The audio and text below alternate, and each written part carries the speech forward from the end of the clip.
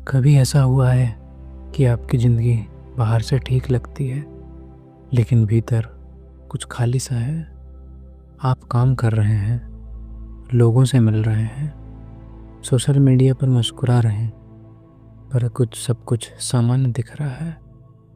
लेकिन रात को जब आप अकेले होते हैं, तो एक सवाल चुपचाप उठता है, मैं इतना बुरा क्यों महसूस कर रहा हूँ?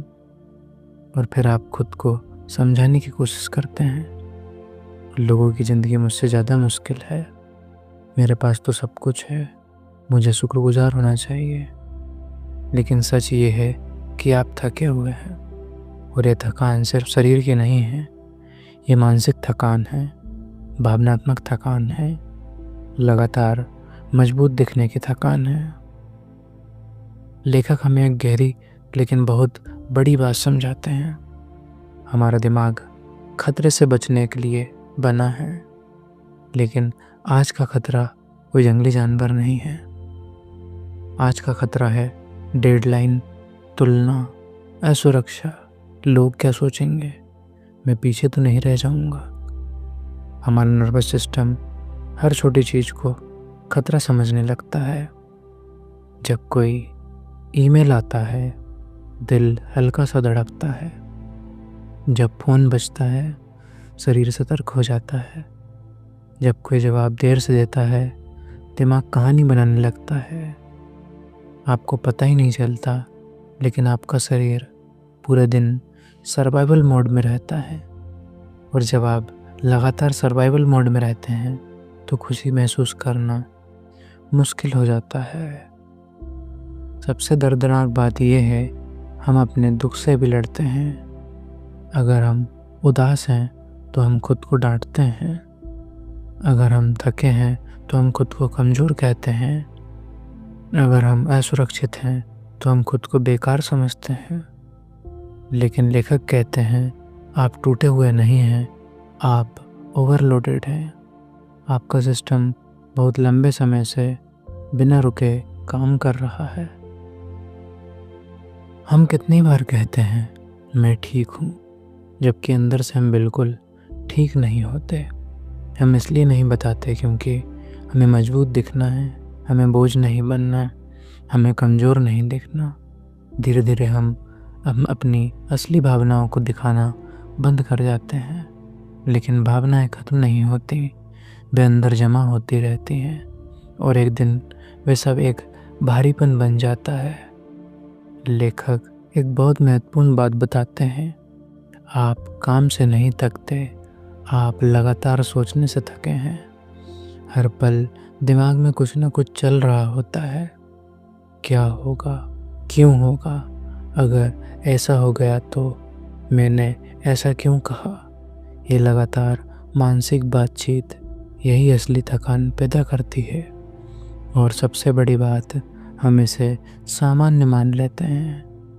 हमें लगता है सब ऐसे ही सोचते हैं, सब ऐसे ही जीते हैं। लेकिन सच ये है, हमारा दिमाग कभी आराम नहीं कर रहा होता, क्योंकि आज दुनिया तुलना पर चलती है। सोशल मीडिया खोलिए, हर कोई सफल है, हर कोई खुश है, हर कोई आगे बढ़ रहा है। आप सोचते हैं, मैं पीछे क्यों हूँ, लेकिन आप भूल जाते हैं, आप दूसरों की हाईलाइट रील देख रहे हैं और अपनी पूरी कहानी उससे तुलना कर रहे हैं। ये तुलना धीरे धीरे आत्मसंदेह बन जाती है, और आत्मसंदेह धीरे धीरे आत्म आलोचन। आपके भीतर एक आवाज़ है जो कभी संतुष्ट नहीं होती, और बेहतर कर सकते थे, इतना ही, तुम हमेशा ऐसा करते हो। यह आवाज़ सोचती है कि वो आपको बेहतर बना रही है, लेकिन सच में वो आपको थका रही है। लेखक कहते हैं, आपको खुद के खिलाफ युद्ध लड़ने की ज़रूरत नहीं है, आपको खुद के साथ खड़ा होना है। कल्पना कीजिए, अगर आप एक कार को बिना रुके चलाते रहे तो क्या होगा। एक दिन इंजन खराब कर देगा। हम अपने दिमाग के साथ भी यही कर रहे हैं। कोई ब्रेक नहीं, कोई शांति नहीं, कोई रुकावट नहीं। लेखक सुझाव देते हैं, दिन में 5 मिनट भी बिना किसी इनपुट के बैठिए।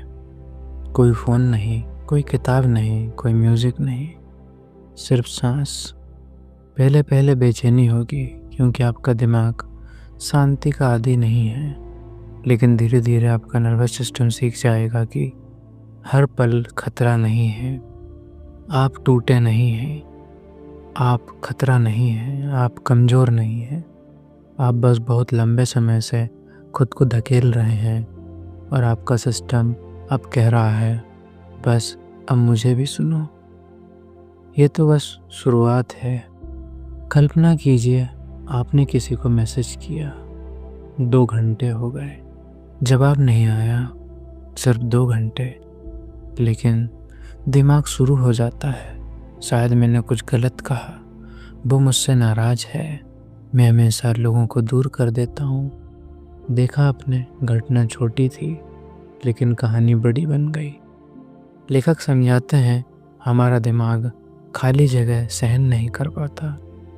जहाँ जानकारी नहीं होती वहाँ एक कहानी बना देता है, और ज़्यादातर कहानियाँ डर से बनी होती हैं, क्योंकि दिमाग का काम है खतरे से बचना, भले ही खतरा असली हो या कल्पना। ये किताब बार बार एक ही बात दोहराती है, हमारे विचार तथ्य नहीं है। अगर दिमाग कहता है तुम असफल हो, तो वह कोई कोर्ट का फैसला नहीं है, वह सिर्फ एक विचार है। लेकिन हम क्या करते हैं, हम हर विचार को पहचान बना लेते हैं। मैं असफल हूँ, मैं अच्छा नहीं हूँ, मुझ में कुछ कमी है। धीरे धीरे ये विचार हमारी पहचान बन जाते हैं और फिर हम उसी पहचान के अनुसार जीते हैं। अब सोचिए, हर बार जब आप किसी विचार से लड़ते हैं तो कितनी ऊर्जा खर्च होगी। जब आप सोचते हैं मुझे ऐसा नहीं होना चाहिए, मैं इतना संवेदनशील क्यों हूँ, मुझे मजबूत बनना चाहिए, आप 2 लड़ाइयाँ लड़ रहे होते हैं। पहली असली भावना से, दूसरी उस भावना के खिलाफ होने से, और यही डबल थकान है। लेखक कहते हैं भावना को हटाने की कोशिश मत कीजिए, उसे जगह दीजिए, क्योंकि जब आप उसे जगह देते हैं तो वो धीरे धीरे शांत हो जाती है। लेकिन जब आप उसे दबाते हैं तो वह और ज़ोर से लौटती है।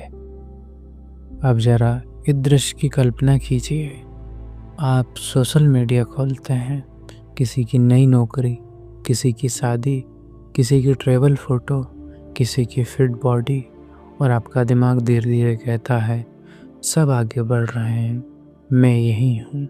यहीं से आत्मसंदेह जन्म लेता है। लेखक बताते हैं तुलना कभी निष्पक्ष नहीं होती। आप अपनी पूरी यात्रा की तुलना किसी और के एक पल से कर रहे हैं। आप अपनी अंदरूनी उलझन की तुलना किसी और के मुस्कान से कर रहे हैं। ये असमान तुलना हो, और ये धीरे धीरे आपको ये विश्वास दिला देती है कि आप पर्याप्त नहीं हैं। हम सब ये वाक्य कहते हैं, बस ये काम खत्म हो जाए, बस ये महीना निकल जाए, बस थोड़ा और। लेकिन वह थोड़ा और कभी खत्म नहीं होता। आप भविष्य के आराम के लिए वर्तमान की शांति कुर्बान कर देते हैं। लेखक एक बहुत गहरी बात कहते हैं, अगर आप कभी शांति बनना नहीं सीखते तो भविष्य में भी आप उसे नहीं जी पाएंगे, क्योंकि आदत बदलती नहीं, वह मजबूत होती जाती है। आप हर जगह हाँ क्यों कहते हैं? क्योंकि आपको पसंद किया जाना है, क्योंकि आप किसी को निराश नहीं करना चाहते, क्योंकि आप टकराव से डरते हैं। लेकिन हर हाँ आपकी ऊर्जा का एक हिस्सा ले जाती है, और हर बार जब आप अपनी सीमा के खिलाफ जाते हैं, आप अपने नर्वस सिस्टम को ये सिखाते हैं कि आपकी ज़रूरतें महत्वपूर्ण नहीं हैं। धीरे धीरे आप खुद को भूल जाते हैं। लेखक कहते हैं ना कहना स्वार्थ नहीं है, ये आत्मसम्मान है। हम बेचैनी से डरते हैं, जैसे ही दिल तेज धड़कता है, हम उसे रोकना चाहते हैं। जैसे ही उदासी आती है, हम उसे हटाना चाहते हैं। लेकिन लेखक बताते हैं, हमारी भावनाएं दुश्मन नहीं हैं, वे संदेहवाहक हैं। बेचैनी कहती है, कुछ ज़्यादा हो रहा है। उदासी कहती है, कुछ महत्वपूर्ण अनसुना रह गया है। थकान कहती है, अब रुकना ज़रूरी है। जब आप इन संदेशों को सुनते हैं तो आप अपने सिस्टम के साथ काम करते हैं। जब आप इन्हें दबाते हैं तो आप अपने सिस्टम के खिलाफ जाते हैं। लेखक बड़े जीवन परिवर्तन की बात नहीं करते, वे छोटे छोटे रीसेट की बात करते हैं। सुबह 5 मिनट गहरी सांस, दिन में एक बार फ़ोन साइलेंट, एक बातचीत जहां आप सच बोलें, हर ना जहां आप सीमा रखें। छोटे कदम। लेकिन जब आप बार बार छोटे कदम लेते हैं तो आपका नर्वस सिस्टम धीरे धीरे सुरक्षित महसूस करने लगता है। और जब सिस्टम सुरक्षित महसूस करता है, तभी असली शांति आती है। समस्या ये नहीं है कि आपकी ज़िंदगी खराब है, समस्या ये है कि आप लगातार अपने खिलाफ खड़े रहते हैं। आप हर भावना को जज करते हैं, हर विचार से लड़ते हैं, हर कमजोरी को छिपाते हैं, और यही लड़ाई आपको थका रही है। अब कल्पना कीजिए, अगर आप खुद के साथ खड़े हो जाएं तो आप अगली बार जब दिमाग कहे तुम पर्याप्त नहीं हो, तो आप जवाब दें, मैं अभी सीख रहा हूँ। अगर अगली बार जब आप थकें तो आप खुद को धकेलने की बजाय आराम दें, यहीं से बदलाव शुरू होता है। धीरे धीरे बचपन से ही हम अपनी पहचान बनाना शुरू करते हैं। तुम बहुत होशियार हो, तुम बहुत जिम्मेदार हो, तुम सबसे आगे रहना। शुरुआत में ये प्रशंसा होती है, लेकिन धीरे धीरे ये दबाव बन जाती है। अगर मैं हमेशा होशियार नहीं रहा तो, अगर मैं हमेशा मजबूत नहीं रहा तो, अगर मैं हमेशा आगे नहीं रहा तो, तब मैं कौन हूँ? यहीं से आत्ममूल्य मतलब सेल्फ वर्थ उपलब्धि से जुड़ जाता है। लेखक बहुत स्पष्ट शब्दों में कहते हैं, हमारी सबसे बड़ी थकान काम से नहीं, खुद को साबित करने की कोशिश से आती है।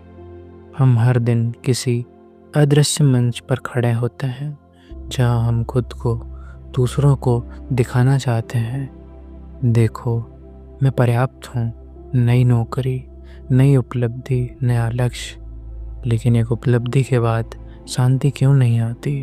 क्योंकि हमारा दिमाग तुरंत अगला लक्ष्य बना देता है, और ये चक्र कभी खत्म नहीं होने देता। कल्पना कीजिए, अगर आपकी नौकरी चली जाए तो क्या आप वही इंसान रहेंगे? अगर कोई आपको सहारा नहीं दे तो क्या आप मूल्यवान रहेंगे? अगर आप हर दिन कुछ भी हासिल ना करें तो क्या आपकी कीमत कम हो जाएगी?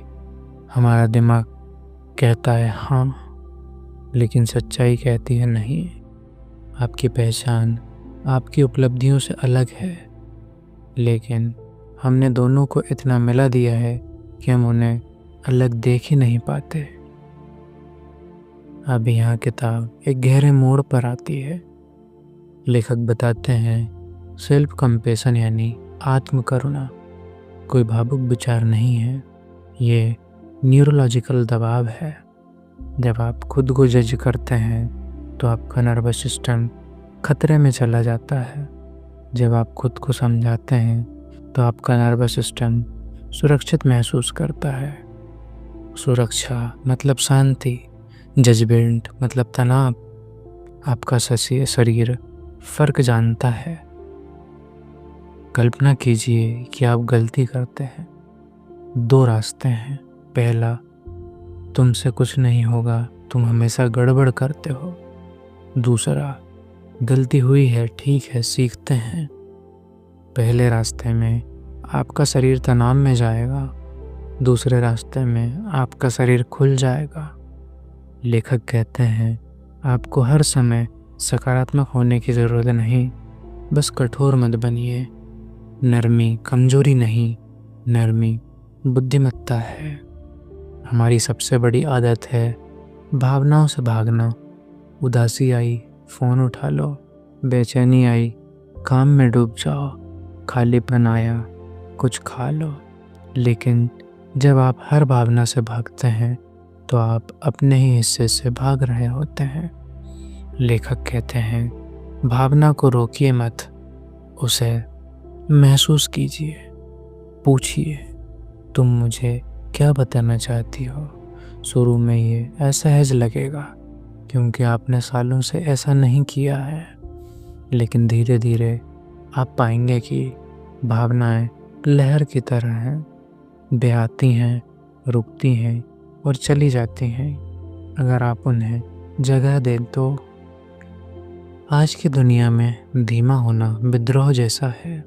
हर कोई भाग रहा है, हर कोई तुलना कर रहा है, हर कोई साबित कर रहा है। लेकिन लेखक कहते हैं, आपको इस दौड़ में शामिल होना ज़रूरी नहीं। आप चुन सकते हैं सुबह थोड़ा शांत रहना, दिन में सच्ची बातचीत करना, रात को खुद को माफ़ करना। धीमा होना हार नहीं है, धीमा होना जागरूकता है।